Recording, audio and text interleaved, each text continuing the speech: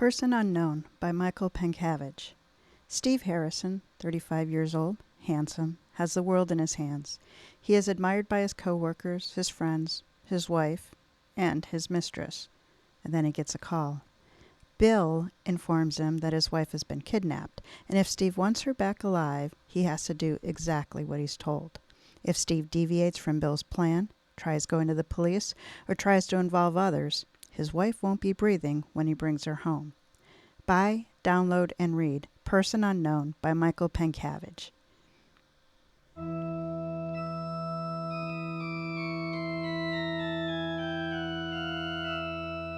Welcome to Mysteries to Die For.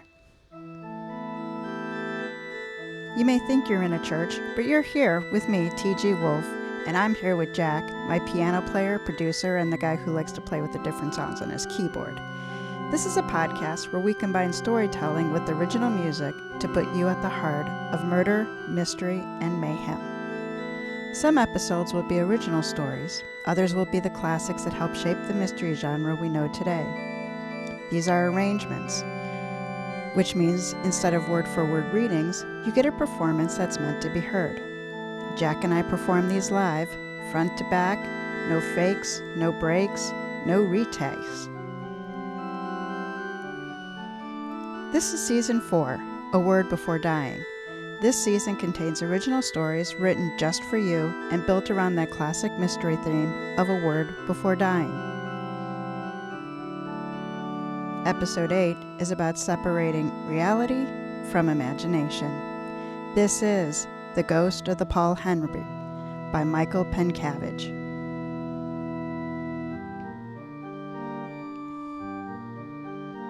Spring, 1889, Chapter 1. "How are the sales faring for the month, Linus?" asked Edmund as he walked over to an open window to light a cigarette, mindful of his partner's intolerance for the fumes. About to settle down for his afternoon tea, Linus reluctantly placed the cup back onto the saucer and opened the ledger book. "Slightly over last month," Linus replied. "The gentleman from Bangladesh who needed passage of his tigers back to India put us over the top." Edmund exhaled the plume of smoke. "Excellent. If we keep up at this rate, we most certainly will be able to close up shop during July." He looked around the room with disdain. New York is absolutely unbearable during the summer. Linus closed the ledger and placed it on the shelf behind his desk. "And where do you plan on traveling?" "Canada. Montreal, to be specific," Edmund said. "The cooler climate will keep my nerves in check." Knuckles rapped against the office door. Before they could respond, a barrel-chested man came hurrying in, wide-eyed and pale-faced. He removed his cap and clutched it in his hands. "Mr. Edmund Jessop, Mr. Linus Gordon?" he asked, looking at them expectantly. Edmund nodded. "We are they," he said, looking over the man. "Which vessel did you sail in from, Captain?" The man looked at Edmund, bewildered as he ran his hand through his thick salt and pepper hair. "How did you know that, sir?" "Callous, cracked hands such as yours do not come from working indoors." He gestured to an empty chair. "Please, have a seat." Their guest was visibly distressed as he continued to mash his hat in his hands. "My name is Frank Saverfeld, captain of the Paul Henry." "Would you care for a cup of tea, Captain?" asked Linus. "No, thank you. I'm fine," said the captain. Edmund sat down next to the man. "You seem agitated, sir. Has availability opened up on your vessel that you need assistance in finding another client?" "No, on the contrary." The captain paused for a moment as he looked at the two men. "Is it true that both of you served in the British Merchant Navy?" Linus nodded. "Yes, I was a steward above the sea mist, while Edmund served as boatswain." Captain Saverfeld nodded. "Good. I'm glad I was not misinformed. I've heard of how you solved the Bonington mystery aboard the Sea Mist while you served under it." Edmund cordially smiled. "That was a long time ago, Captain, and I'm afraid that the story has been somewhat warped over the years. I'm certain the truth is not nearly as sensational as the version you most likely heard." The captain shook his head. "That may be so, but let me ask, if not for your intellects, would more lives have been lost on the ship?" Linus waved it away dismissingly. "We merely added the facts, my good man. Nothing more." Saverfeld practically bounced off of his seat with excitement. "And that is precisely why I need your help. I'm at my wit's end, gentlemen. My wit's end." "Have you contacted the police?" asked Linus. "I've spoken to the authorities, but—" The captain didn't finish the thought. "Why don't you share with us the details of your story, Captain Saverfeld?" said Edmund. "It was during my last voyage," the captain began. "I had a hull brimming with sugar cane bound from South America. About 3 days into the journey, one of my men, Rogers, a boatswain, was found dead in the galley." "What time of day was he found?" asked Edmund. "Dawn. Our steward found him when he arrived to prepare the morning chow. He found Rogers slumped over a table." "Any evidence as to how he was killed?" inquired Linus. "None whatsoever," the captain said. "No knife wounds or bludgeoning could be located on his body. But what troubled me most was his death mask." "Please explain," said Edmund. "It was his eyes, Mr. Jessop, wide and white as I ever did see a pair, and his mouth was open and contorted as if he had experienced such agony I cannot even fathom." "Sounds like a heart seizure," said Linus. Saverfeld shook his head. "The man was in good shape, strong like an ox, good with his fists. Once we had an unruly sailor on our hands midway through a voyage. It looked like we were going to have to lock the bloke up for the remainder of the trip. But all it took was 2 blows from Roger's fist, and the man became as quiet as a church mouse until we made landfall." "Perhaps he had too much to drink. All it takes is one awkward swell to lose your footing," remarked Linus. "Impossible," said the captain. "I keep the grog under lock and key. While we were underway, it was strictly rationed out based on how well the mates keep the ship maintained." "Did this man Rogers have any enemies on board?" asked Edmund. Saverfeld shook his head. "Not at all. He treated the other men in the ship with respect. It was a sad day indeed when we slid his body off to Davy Jones." Linus crossed his legs. "Don't take this the wrong way, Captain, but I fail to see what help we can bring you with this. It sounds rather routine, although a horribly unfortunate event. We're sailors, not inspectors." "Absolutely, sir." Saverfeld retched his hat again. "But there's more to the tale."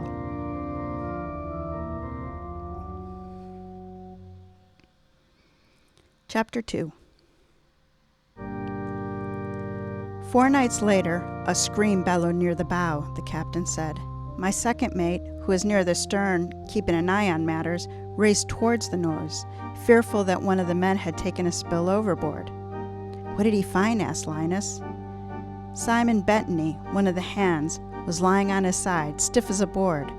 My second instructed one of the sailors to go and fetch me while he kept watch over the body. I arrived minutes later from my cabin and had the entire area lanterned up so we could properly examine the body. Bettany was in the same condition as Rogers. "No visible signs of injury," replied the captain, "but the look on his face—" He paused for a moment as if ashamed to continue. "And that singular word that the second heard from the victim right after the scream. Ghost." Edmund and Linus said nothing as they listened intently. We were still some distance away from port. The day after Bettany died and a slack wind fell upon the ship just as we entered the southern tropics. It was then that things went from bad to worse. "What do you mean?" asked Linus. "A rumor broke amongst the crew that Bettany and Rogers had been befallen by a ghost." Linus placed his teacup down. "A ghost?" The captain shook his head. "I don't know how it started, but between the queer way in which they died, as well as the idle time the crew found themselves with due to the slack wind, the rumor festered. With each passing night, the hands began to share stories about seeing shadows in the darkened corners and hearing noises that they were certain weren't from the creaking boat timbers. I tried my best to keep the hands busy with cleaning and scrubbing. I even reduced the grog to 1 cup per day. But the heat and the poor winds began to win over the crew's nerves. Each evening brought more stories and more tension, so much so that I feared there might be a mutiny on my hands. Fortunately, we passed out of the doldrums. An ease passed over the crew, and I thought we were through the worst of it. But another murder occurred, continued Edmund. Yes, the captain said regretfully. The night after we came out of the doldrums, Peter Mulberry, one of the deckhands, was found dead in his bunk. The same causes? Inquired Edmund. Saverfeld nodded. The cabins were scorching, so only a few hands ventured down below to sleep. Mulberry was alone in his cabin when he died, but there was one disturbing difference about his death. The door was closed and bolted from the inside. It seems odd that he would have locked the door, commented Linus, considering that he shared the room with the other sailors. The captain shrugged. Nerves were still on edge. There were those who believed a killer was on board. Mulberry likely locked the door as a precaution to make sure he wasn't snuck up on while he napped. Edmund shook his head. A testament to your leadership, Captain, that you were able to keep the crew together for the remainder of the voyage. It wasn't easy, Mr. Jessop, Saverfeld said. After Mulberry died, I had to keep a good amount of the crew under lock and key. It was only due to a few hands who had maintained a clear head and the fortunate weather that I was able to sail the Paul Henry safely into port. Edmund put out a cigarette. A most unsettling story. You mentioned after you docked that you had gone to the authorities to discuss the matter? The captain shook his cap in frustration. Yes, I spoke to the captain of the local police force. After much persuasion on my part, he took a couple of his men and did a cursory review of my ship and deemed nothing was wrong. Nothing wrong? Echoed Linus incredulously. All of the bodies had been delivered to the ocean, Saverfeld explained, and the scenes of the deaths, with the exception of Mulberry's, had been wiped clean by the wind and the sea. And even though I allowed no entry to Mulberry's room, the police were able to find nothing out of the ordinary. Not even the slightest clue? Asked Linus. Saverfeld shook his head. Edmund rubbed his chin thoughtfully. A set of most peculiar events, Captain. I'm sorry the police did not get you the satisfaction you sought. I feel part of the reason that the deaths did not occur on their soil, the captain said. They aren't like us, gentlemen. They're landlubbers. I'm afraid that they have overlooked something important, and that's why I came to seek your help. You wish us to visit the Paul Henry and look around firsthand? Asked Linus. Saverfeld cleared his throat. in a manner of speaking.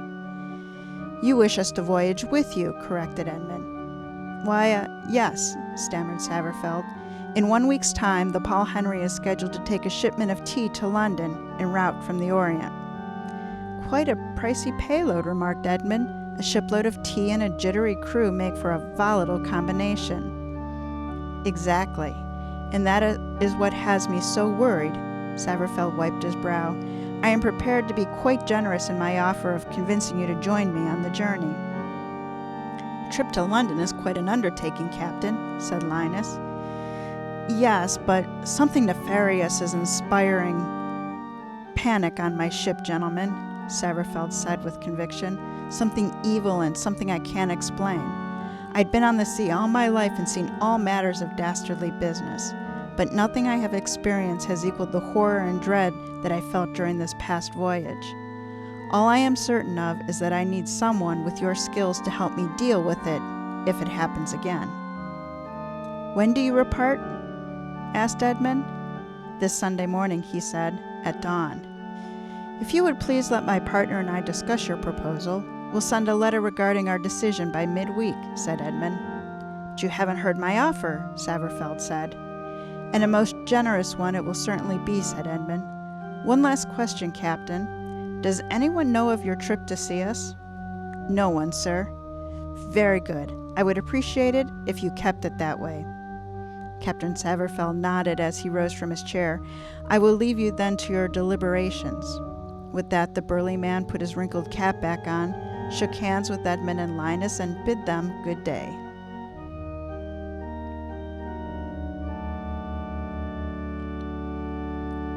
Chapter 3. The wooden planks protested loudly as Edmund and Linus walked out onto the pier. The smells were heavy there. salt and brine mostly, but other scents, such as flats of salted meat and barrels of apple, filled the air as they were loaded onto the Paul Henry. Edmund approached a man at the base of the gangplank. He was short and stocky, with a balding head and a reddish nose, the first mate. He glanced up at Edmund and Linus before burying his face back in his clipboard. "Name?" he grumbled. Edmund scratched his newly grown stubble of a beard. "Edmund Sullivan," he answered, choosing to go with his mother's maiden name. The first looked at Linus with the same scowl. "Linus Grovesteed. Steward and deckhand is what I've got you both down for. I'm Keller. You two are aware of the problems this boat has had on its trip into port?" "I've heard some rumors," replied Linus. "That sort of thing gonna bother you?" asked the mate. "They're saying this boat is haunted." "The only thing gonna bother us is not getting paid," said Linus. The mate was not impressed. "Be warned that aboard the Paul Henry, any bad behavior by the crew is rewarded by 15 lashes and a trip to the brig." "If I didn't know any better," said Edmund, "I would think you didn't want us to come aboard." Keller thumbed over his shoulder. "Your bunks are down below." The second mate, Henry Tillery, was in complete contrast to Keller. The man practically walked with a spring in his step as he briefly toured them through the ship's quarters. "Happy to be back on the water?" asked Edmund. "I've never been much of a land lover," replied Tillery. "Stable ground is only meant for people to be buried in, and for me, not even that." He sighed. "Been on the sea my entire life." "More than just the trade routes?" inquired Edmund. He nodded. "Assisted in some exploring jaunts with a few fortune seekers," answered the second. "Traveled all over, like Sinbad traveling the 7 seas." Linus noticed the sparsity of the crew's quarters. "Got a skeleton crew for this trip?" "That'd be putting it mildly," Tillery said. "The bare minimum. Any of the hands get injured during this trip and we might be in a pickle." "I heard about the troubles with the last voyage," said Edmund. Tillery paused, looking between the pair. "Either of you blokes superstitious?" Neither answered. "That's good," commented Tillery. "Lots of jittery mates on board. The last thing the captain needs is 2 more. "A lot of the crew fled once you made port?" "A good number," he said, "except for a few hardy souls and a few like yourselves who don't seem to mind the notion of a ship being haunted, at least for now." Tillery stopped at one of the cabins. It was a tight affair, with rooms for 4 bunks and 8 men. "Here you all are, all to yourself. I suppose this is one good thing of traveling with a light crew." He turned to Edmund. "Stow your belongings and report to the galley." And then to Linus he said, "Report to the deck in 5 minutes." He left. They began settling in. "Just like old times, eh?" commented Linus as he took a deep breath in, lost in thought for a moment. "Did you brush up on your culinary talents and review your cookbooks?" "Somewhat," Edmund said, "though as we both know I won't be preparing quite the same cuisine as they served on the Sea Mist." They shared a chuckle before he added, "But remember to be alert, my friend. Something is terribly amiss on this ship, and we best be careful not to let it get to us before we uncover it."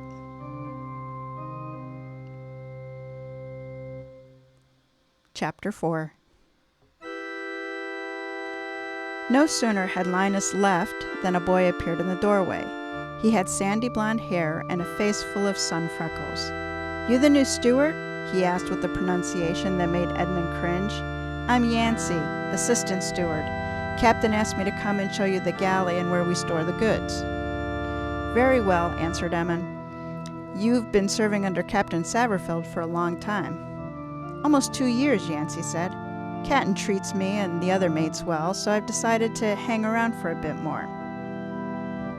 "And this business that's been going around hasn't made you reconsider?"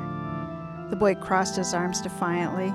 "It'll take more than a few spooks to scare me off, unlike the previous steward who went running for the hills as soon as we docked."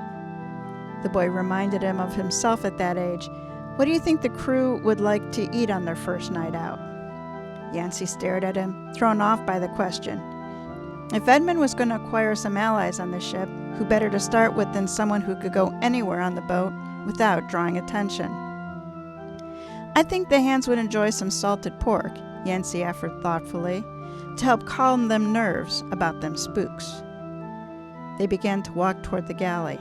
"I almost forgot," said Yancey, as he dug into his pocket and removed an envelope. "Captain told me to give this to you. Didn't tell me what it was for." There was a slight weight to the envelope. "Thank you, Yancey. I'll meet you in the galley in a short time." The boy went off, and Edmund unsealed the envelope. Inside was a brass key and a slip of paper with the room number scribbled on it. Mulberry's room.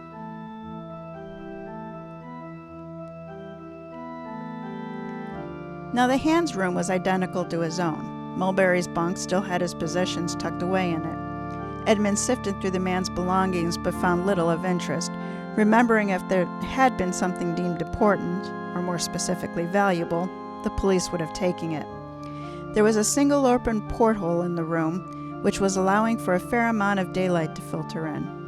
Mulberry's bunk was closest to it, which meant that even in this meager little room, Mulberry had seniority. Edmund walked over to the portal, which was 6 inches across, and looked out. The hands were just about to cast off. Edmund swung the porthole latch closed, but it didn't stay shut. The clasp, which kept it shut, was broken. A slight tug on the latch made the porthole reopen. The bunk was hard and uncomfortable. He looked up at the window. Edmund listened as the waves lapped against the hull. They sounded different than just a moment ago, and Edmund knew that only meant one thing. They were underway. Later that evening, Linus found Edmund near the bow of the ship, smoking. "Dinner was impeccable," Linus said, grinning. Edmund shook his head. "You're a poor liar, my friend, but there is only so much you can do with the meal where the main ingredient is salt." Linus began to chuckle. "Ah, the old days. Makes you wish for them again." "I miss them as much as I do scurvy. When we left the sea mist, I swore I would never let the food on these boats touch my lips." Edmund sighed as he looked over the calm waters. A favorable starboard wind had been with them since they had left port, and already New York had disappeared over the horizon. "How are the hands faring?" "Not bad," Linus said, "but there is an underlying uneasiness." Edmund nodded. "Any rumors spread? Any of the crew imagining and seeing things?" Linus chuckled. "Always the cynic, eh, Edmund?" "Pragmatist, my friend. Simply a pragmatist. Show me a man who can spin these tales without a bellyful of grog, and that man will command my utmost attention." "Good evening, gentlemen," boomed a familiar voice. Captain Saverfeld appeared from the starboard, his massive frame filling up the staircase as he descended down the stairs to the bow deck. "Excellent meal," he commended, lighting up his pipe. "At the very least, money well spent there." Edmund tipped his hat. "Thank you, Captain." Saverfeld looked out over the water. "Favorable conditions tonight. Excellent way to begin our voyage." He exhaled a plume of smoke. "I realize we are just underway, but do you have any thoughts as to what might be going on?" Edmund puffed on his cigarette. "Still too early to share anything firm. However, I would suggest you take every precaution necessary to ensure your safety. Supernatural or not, there is a threat aboard the ship." Saverfeld was taken back. "But the only people left on the Paul Henry are my most trusted hands." A bell began to ring from the stern of the ship. "Oh no, this cannot be." "Captain, what's wrong?" asked Linus. "That bell. The crew has instructions to ring it when there had been a sighting. Come with me." The men sprinted to the rear of the vessel until they came across a small group of hands. "Stand aside, lads, stand aside," barked Saverfeld as he plowed through the sailors. The men all sported a worried expression. One of them, Stevenson, spoke up. "I saw it, Captain." "Saw what, man?" Saverfeld demanded. Stevenson stood under his captain's glower. "I was coming around the port side when I saw this large shadow scurrying across right in front of me. I tried chasing it, but it disappeared around the square rig and then vanished from sight." Saverfeld stepped in, crowding the man. "You sure your eyes aren't playing tricks on you, Stevenson? Moon's particularly full tonight. Could have been the topsail casting shadows over the deck." "No, Captain," Stevenson said quickly. "I know when I'm seeing shadows and when Saverfeld had heard enough. "And when you haven't seen anything at all, which is what happened here." He glared at the rest of the hands. Now, either all of you get down below and get some shut-eye, or we can start at early day and start scrubbing the decks. Edmund and Linus walked over to where Stevenson had seen the shadow. It was the port side. Beneath a few open portholes, there were no places for someone to hide. Keller walked up to them. "You two gone deaf? Back below." Edmund turned to the first. "Where do those portals lead to?" Eller seemed shocked and has been spoken back to. "Why do you want to know?" "If you would just humor me, Mr. Keller," Edmund said. "Officer's quarters, such as my own," Keller snapped, "if you're so interested." Edmund smiled and then began walking toward the crew's entrance. "Sullivan," barked Keller, "all of these questions." He pointed a fat figure at Edmund. "I'll be watching you."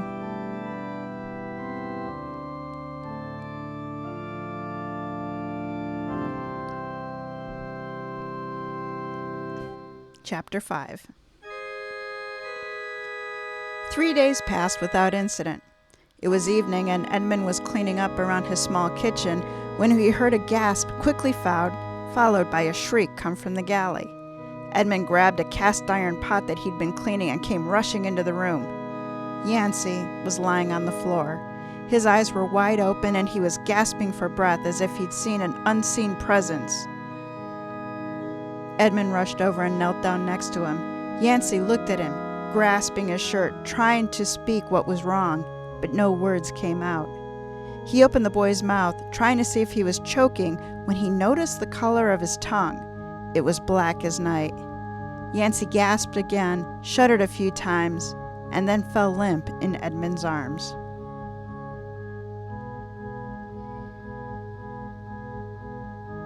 With Yancey's death, the crew was quickly worked up into a nervous fervor. At first light, Saverfeld gathered all hands on deck for a talking to. He placed his hands behind his back and paused for a moment before speaking. "I realize the death of our young steward has caught everyone by surprise. Let me assure you that his death will be fully investigated." "You gonna try and arrest the devil, Captain?" yelled one of the hands from the crowd. "There'll be no talking back to the captain," shouted Keller. "Not until anyone feels like spending a few days in the brig." This settled the mates down somewhat, except for one who shouted, "Investigated by who? We won't be reaching port for some time, Captain." "This time things are different, lads." He turned to his crew. "This time I've got an investigator on board." Saverfeld turned to Edmund. Linus, meanwhile, had moved to the rear of the crowd, away from his partner. "Captain gone mad," someone yelled. "That's the cook." Saverfeld shook his head. "I've hired Edmund Jessop back in New York to help me figure out what is going on aboard our ship." "The only thing going on, Captain, is that the whole bloody vessel is haunted." The hand was cut off by Tillery, who spotted the instigator and clubbed the man from behind, sending him to the ground. Saverfeld continued. "Mr. Jessop believes he has almost solved what has been transpiring aboard our ship. He told me he just needs a little more time, at which point he will inform me of his learnings." Edmund took a step closer to the captain and spoke. "I realize all of you are uneasy at this present time. Let me assure you that the truth behind these murders will be brought to light in short order." "Gonna put the ghostie in shackles, are you?" joked one of the hands, which started a short burst of laughter from the crowd. Edmund nodded. "All in good time, my man. All in good time." Saying that, the first stepped up next to Edmund and began barking orders. At once, the crowd dispersed. Later that night, Edmund, Linus, and Saverfeld were in the captain's quarters, sitting around the chart table. Maps, compasses, sextants, and other nautical apparatus covered the surfaces, as well as 3 glasses of brandy. Concern blanketed Saverfeld's face. "I don't like this, Mr. Jessop. I don't like it one bit." "Not to worry, Captain," Edmund said confidently. "You played your part masterfully." Saverfeld gripped his drink and swallowed what remained in the glass. "The only thing I did was shine a light on you, sir. Now, every move you make will be watched." "I certainly hope so, Captain. It would have been most unfortunate if you had given your speech and our ghost was not in attendance." Edmund noticed Saverfeld's pistol holstered to his belt. Continue to have your weapon nearby, Captain. Oiled and loaded, please. With any luck, we will have an end to this sordid business before the sun rises." Linus and Edmund sat in opposite bunks. The porthole was open and a slight breeze trickled into the room. Linus wiped his brow. "The one thing I definitely do not miss, Edmund, is the stifling heat of these ships." "Agreed," Edmund said. "Perhaps tomorrow we'll be able to sleep beneath the stars." Linus opened his shirt to cool himself. "Had you told me a month ago that we would be setting sail for London in an attempt to solve murders, I would have thought you a bit daft." "As would I," replied Edmund as he listened to the sounds outside. Water sloshed against the hull. "We're making good time." Voices from some of the hands on deck could be heard as well. Saverfeld had placed additional men on guard. Edmund glanced at his pocket watch. "It's late. I don't think I'll be sleeping for a while, if you want to rest, Linus." Linus gestured to the cabin door that had a wooden barrel in front of it. "No need to be concerned for our safety. If anyone is going to gain entry, it's going to only be with the battering ram." "Ghosts don't need to worry about such trivial obstacles," Edmund said coyly. Linus eyed his friend for a moment. "You figured it all out, haven't you? Well, spill it, my man, spill it." "No need to put the cart in front of the horse," Edmund said. "Not when I have a few questions that I still can't place. Perhaps if our ghost comes to visit, they will provide some answers." Linus placed his pistol beside him. "You best ask your questions quickly. Hot lead is going to be my answer if anyone tries to break in." Edmund removed a stiletto from its sheath and didn't reply. Linus dimmed the lantern, so it emitted only the faintest of flickers. Outside, the crashing of the waves continued to be heard until it lulled him off to sleep.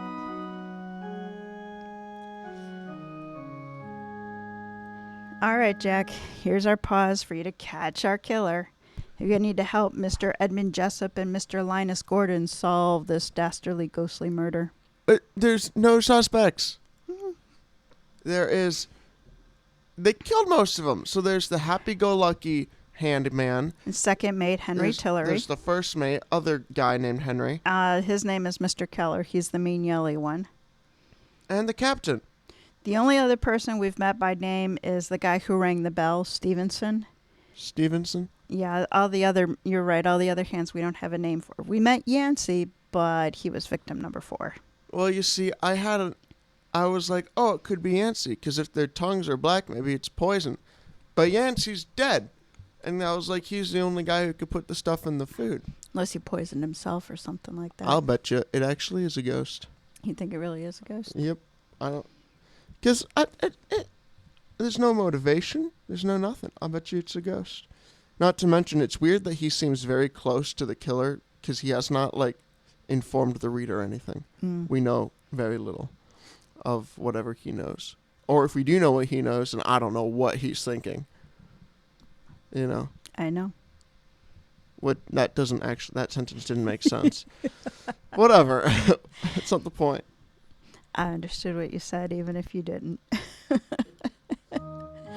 All right, chapter 6. Linus awoke to Edmund's cry of alarm. "Aha! Back, swine, back!" Linus grabbed his revolver and bolted up from the cot. By the time he managed to collect his bearings and turn up the lantern, Edmund was standing by the porthole, breathing hard, a dagger in his hand. Blood dripped from the blade. "The door, Linus! There's not a moment to lose!" "Our ghost bleeds?" cried Linus as he slid the barrel away. Edmund flung the door open to reveal a small stampede of men, Saverfeld included, rushing toward their room. "Mr. Jessop!" cried Saverfeld, as his eyes fell upon the bloody dagger. "Are you all right? Are you injured?" Edmund shook him off. "Captain, had you your weapon?"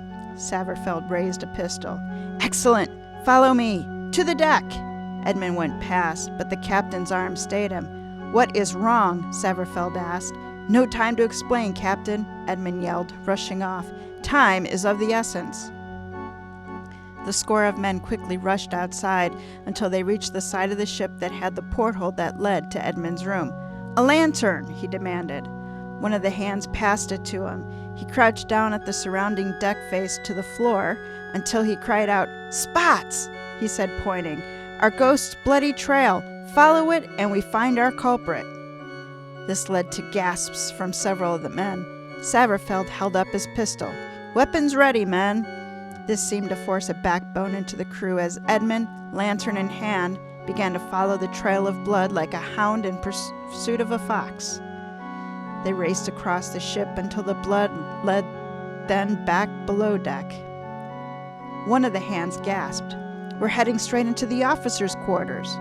Through a corridor they raced until they came to a small pool of blood collected in front of one of the rooms. "This can't be," gasped Saverfeld. "This is my second's room." "Mr. Tillery," barked Edmund, "the ruse is over. I advise you to come out now if you want your captain to show mercy." There was no response from inside the cabin. Saverfeld nodded, and the burliest in the crew took it down. The mate shouldered up and brought the door down with 2 hard strikes. No sooner had he breached the room than he was met with a muzzle flash, sending the mate to his knees as he clutched his shoulder. Tillery's shot was met quickly by Saverfeld's gun. As the smoke cleared, Tillery was lying face down on the floor. Edmund walked into the room, dagger drawn. Saverfeld charged into the room but was held back by Edmund. "Careful, Captain. The blood trail was not left by Mr. Tillery." His gun spent, Saverfeld unsheathed his cutlass. "There, in the corner!" exclaimed Linus, pointing. "Someone shine a lantern!" One of the crew did so, and the shadowed figure became illuminated. It's some sort of monkey," commented one of the men. The group cautiously approached. The animal was no larger than a foot in size. It was huddled in the corner, just like Tillery, unmoving. The creature returned back to its master, where it finally succumbed to its wound and been said. Saverfeld sheathed his sword. "Now hold on a minute, Mr. Jessop. Are you telling me this little bugger is responsible for murdering my crew?" Edmund glanced to the men around him. "Captain, I would suggest we have the rest of this conversation in private." The boatswain cleared out of the room. "No one within 30 feet of this door," instructed Saverfeld. "The motive was clear," began Edmund, "to obtain your cargo and resell it to the highest bidder." Saverfeld ran a hand down his face. "How long did you know it was Tillery?" "Actually, I didn't," Edmund said. "At first I thought it was your first mate, Mr. Keller. I thought he might have been behind the plot." The captain looked down at the guilty man. "And you never thought it was some ghost?" Edmund shook his head. "I believe that someone was trying their best to make it seem like a ghost. The one piece of the puzzle that was baffling me was Mulberry's death and how it had been accomplished. That led me to reason that there was something more nefarious going on than I originally suspected." "How were they killed?" asked the captain. "The bodies were thoroughly examined and no wounds were found." Edmund spoke up again. "That was solved when the boy, Yancey, was killed. For the first time I was able to examine his body and noticed the strange color of his tongue. It meant only one thing. He was poisoned." "Poisoned?" Saverfeld echoed. "How?"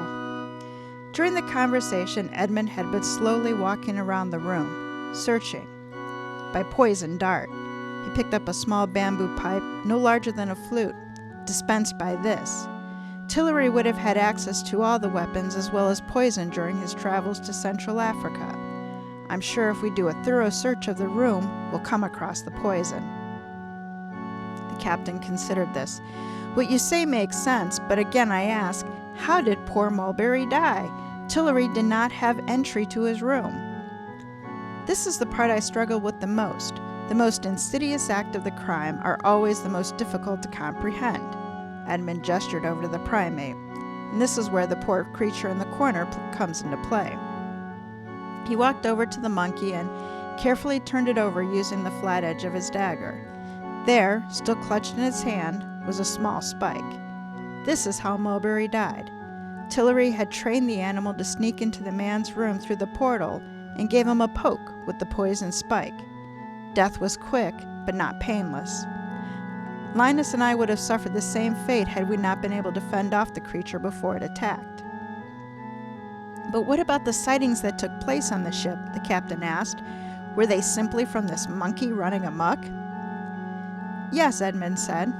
Sometimes even the smallest creatures can seem like the largest monsters when the mind starts playing tricks on you. If there is something else to consider, I find it hard to believe that none of the other crew knew of the monkey's existence. Saverfeld's face turned red. Mr. Jessop, are you suggesting? I am simply stating, Edmund said, that if Tillery had planned to commit mutiny, there would have been no way he would have been able to go about it alone. A mutiny on my ship, and I have no idea who these men might be. The captain clasped his hands together. But you can explain to the why, sir. Why go through all of this dastardly business? Edmund nodded. What better motive than profit, Captain? How long did you think you would be able to continue to command a vessel with a skeleton crew? How much longer until financial turmoil was to set in? The captain dwelled on that for a moment. Tillery did approach me recently, wanting to know if I would be willing to sell. Another death, Captain, and I have a feeling you would have practically given the vessel away. Veins began to form on his brow as anger flashed in the captain's eyes. That scoundrel, he said. That absolute scoundrel. Linus walked up to him. Would you care for some advice, Captain? Tell away, sir. Well, it is true you do not know who precisely these men are, Linus said. There is no reason to let the crew know this fact. Saverfeld frowned. What do you mean? Edmund spoke up then. What my partner is proposing is a bluff. You found a list in Tillery's cabin listing his co-conspirators. I have? Saverfeld asked. You have. And tomorrow morning you will gather the men and announce that you have found this list in Tillery's cabin, said Edmund. But you are a forgiving man, and in your effort to put past sins, you will not bring retribution to those involved. Displeasure covered Saverfeld's face. Take your lumps, Captain. It's either that or you start tossing crew members into the brig with the hopes that you are imprisoning the correct people. I believe that Tillery was the head of the snake. Now that the head has been severed, this potential mutiny will wither away. Edmund lit a fresh cigarette. When you arrive in port, you release your entire crew and hire anew for your journey back to the States. Of course, present company excluded, the heat and humidity of New York summers are suddenly very appealing to me.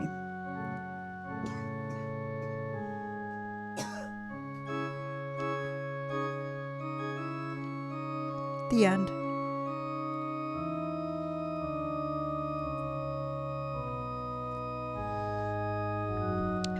This is pretty much in a stark contrast to the story that we had our last episode. The last one was depressing, man. I kind of like pirate ship, stories. That one was fun. I'll be honest, towards the end there, I was just trying to figure out which chord was the resolving one, so I was just clicking all of them. Because I wasn't paying enough attention, so I was just clicking notes that sounded good. And, yeah, so that was just me guessing. Anyway. Were you disappointed it wasn't the ghost? I mean, I knew it wasn't. But you also knew it had to be a person, because if it was a ghost, there'd be no clues. And you knew right off the bat that the window, latch was broken. So someone from the outside could get in. Yep. But it's a small window. People can't crawl out of that thing. Right, 6 inches across. Exactly. So, I mean, it's kind of like the other story we read a long time ago where it was like the gorilla. I think it was the first one we did. Right, that's Edgar Allan Poe's Murder in the Rue Morgue. There was the one where the ant was the killer. There was one where the bird was the thief. I mean, animals are such a good not scapegoat. That's not the right. Yeah. Well, you know what? That worked out better than I meant it. Animals are such a good tool because you never guess them. Do you think we should do a season on animals? Lions, tigers, and bears. Oh my. It could be interesting. I feel like knowing that the killer is going to be an animal will either make it easier or harder. Well, again, at one point you're like, okay, there's one animal in the story and the theme is animals. They did it. Well, authors would be able to use animals any way they want, so they could be used as witnesses or emotional support creatures. I see. So the theme is just you have to use an animal. Yeah. The one, I can't remember what season it was, but the haunted house one with the guy, and that one house really was haunted. Yeah. That was the one where the guy brought his dog to the haunted house. And then in the original, I can't remember the name of the author. It's almost on the tip of my tongue. But he forgot he brought the dog. It, like in the original book, the dog just goes away. And being a dog owner and a dog lover, I'm like, dude, you can't just forget the dog's there. And so in the adaptation, we brought the dog back in. That was one of those stories that when you dissected it at the end, it was like, this had so many holes that it just forgot about. Edward Bulwer Lytton. Wasn't that the guy who wrote It Was a Dark and Stormy Night? Yep. Yeah, so he was one of those authors who's now everyone's quotes, and it's just kind of like generic mystery, but he wasn't amazing. And that story we did by him. There is a whole group that is dedicated to him. What season was that in? Was that his first mystery? You know what? It was not The Detective, so it had to be season 2.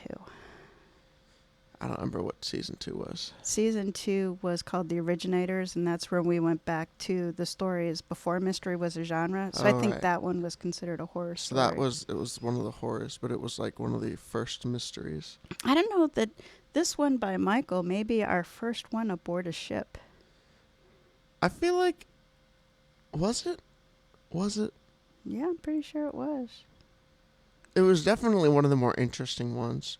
Absolutely. And the time period made it more like, I don't want to say relatable, but everyone knows about pirate ships. Not everyone knows about modern day ships. I think the cool thing about those older time periods is it is much more reliant on, what you see and what you hear.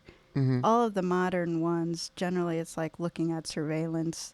And you kind of have to, because if you write a modern one and you don't do that, then everybody's like, well, wasn't there surveillance or didn't you take fingerprints? Yeah, that's the problem with being better at solving mysteries nowadays, is that it's like, why didn't you figure this out? It's kind of, the detectives can look stupid by not using things. And you mean book detectives? Book detectives, not real detectives. I mean, they do use those things. Yeah. But book detectives. So I guess that's probably why a lot of mysteries take place a while ago. Yeah, I mean, I know people who specifically choose to set books in sort of the 50s, 60s, 70s because it really predates some of the modern advent of technology. But it still has modern motives. Modern motives, they're more relatable in a sense. I had read, I think it was the Maltese Falcon or one of those, and I was cracking up at the number of times that people left their office to go visit other people only to have those people not be there. Maybe it was something earlier than that, because it was the telephone had been invented, but it wasn't common. We had a conversation about it, about how much you read one of those mysteries where it was just one guy just walking everywhere, going from one place to another, and the people just weren't there. I think that was before Americans were fat because they had to walk everywhere because they didn't have telephones. Yeah, probably. Well, let me tell you a little bit about our author today, Michael Penncavage. So his story, The Cost of Doing Business, originally appeared in Thuglit, issue 24, and won a 2008 Derringer Award for Best Mystery. He has been an associate editor for Space and Time magazine, as well as the editor of horror suspense anthology Tales from a Darker State. One of his stories was recently been filmed as a short movie. Well, that is pretty freaking cool, isn't it? Yeah. I wish you put the name of the story in there that we can see if it's on Netflix. Fiction of his can be found in approximately 60 magazines and anthologies from 3 different countries, such as Alfred Hitchcock's Mystery Magazine here in the States, Here and Now in England, and Crime Factory in Australia. A review of Michael's novel, Persons Unknown, on Goodreads said, "A clever thriller that keeps you guessing, but never pulls the rug out from under you or insults your intelligence." I really like that. I like books that are written that way. Its protagonist is a James M. Cain, anti-hero for the 21st century, arrogant, up to no good, and entirely unreliable until he isn't. The story is an allegory for the I gotta love a reviewer, I can't say the word. Illustrious? Illusory, illusory, and ephemeral nature of control, where a master of the universe, whose sneer of cold command is methodically dismantled until he literally cannot control anything. Oh my goodness, that is one heck of a sentence. The characters are true, and the cruelty is delicious, and the ironies are stark. A dynamic ride from start to finish. Well, that is certainly a very complimentary review by somebody who knows a lot of big words. Oh, yeah. Well, that wraps up this episode for Mysteries to Die For. Support our show by subscribing, telling a mystery lover about us, or giving us a 5-star review. Become a member of our Body Bag Brigade by financially supporting this season with a one-time donation. Please pay what you can. Interested in advertising on Mysteries to Die For? Check out our website. Information is in the show notes and on our website at tgwolff.com/podcast. Mysteries to Die For is written by TG Wolff with contribution from Jack Wolff. The Ghost of the Paul Henry was written by Michael Penncavage. Music and production are by Jack Wolff, and episode art is by TG Wolff. All right. Why did you pick the organ for this? It's the haunted, ship one, of course. Oh, okay. Come on, it's like Davy Jones. Okay. I feel like I picked the perfect one. I think, can you do a sea shanty? If you could do a sea shanty. I don't know sea shanties. What do you do? Yeah, but this is a evil, scary mystery. I wasn't going to do this in a major key.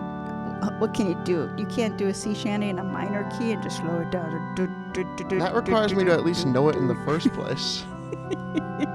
The next time we have a ghost on a pirate ship, we have to do a haunted sea shanty. Probably. All right, I'll shut up and let you take us out.